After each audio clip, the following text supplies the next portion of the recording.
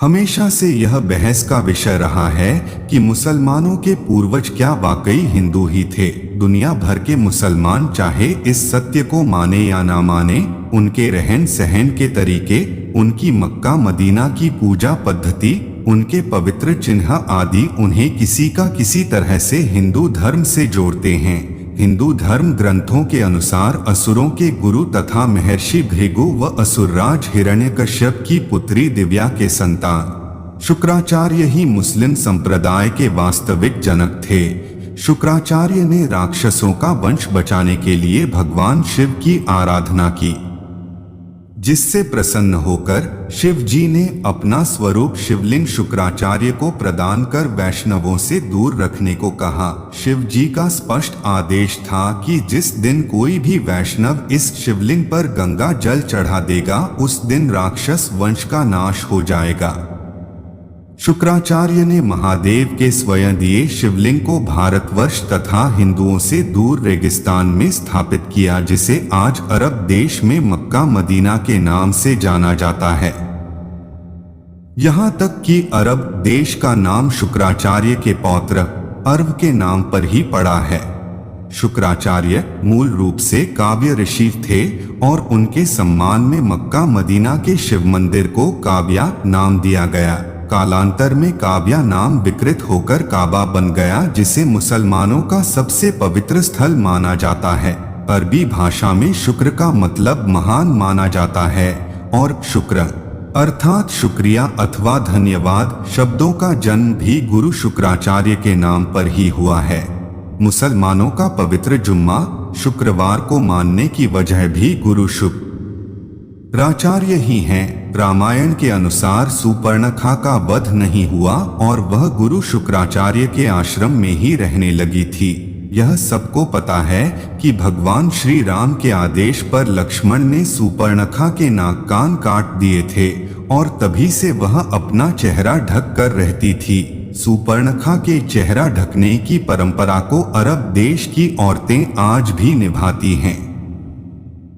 अरब देशों के रेगिस्तान में तेज धूप होने की वजह से वहां के लोगों ने सिर ढकने के लिए टोपी पहनना शुरू कर दिया, जो आगे चलकर उनकी पूजा पद्धति में शामिल हो गया। रेगिस्तान में उपजाऊ जमीन, अनाज आदि के अभाव में लोगों ने जानवरों को मारकर खाना शुरू किया और इस हत्या को कुर्बानी का नाम दिया गया। इंसानों के मरने के बाद उन्हें जमीन में दफन करने की परंपरा शुरू हुई, जिसका मुख्य कारण रेगिस्तान में जलाने योग्य लकड़ी का ना होना था।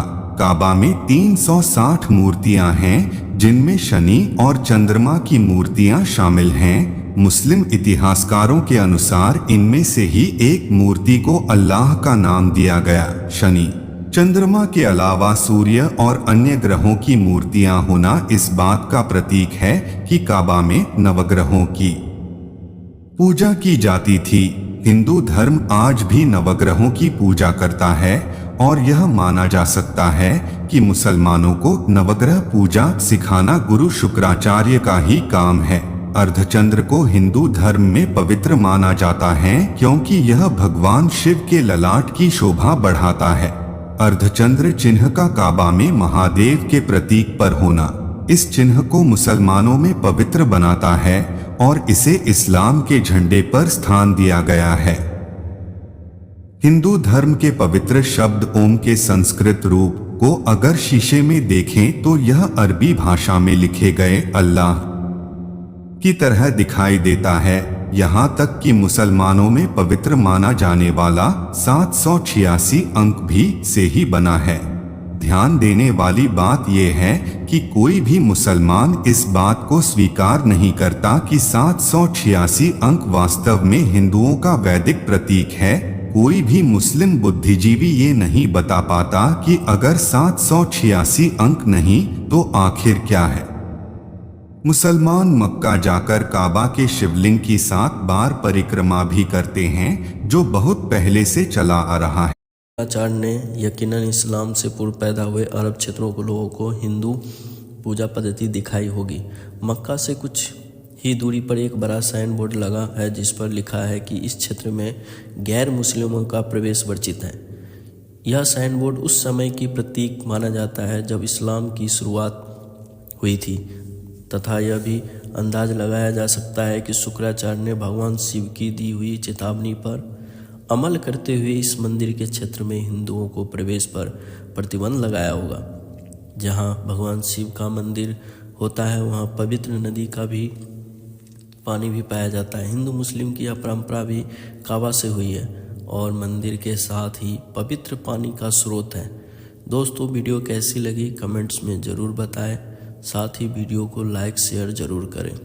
अगर चैनल पर नए हो तो सब्सक्राइब ज़रूर करें।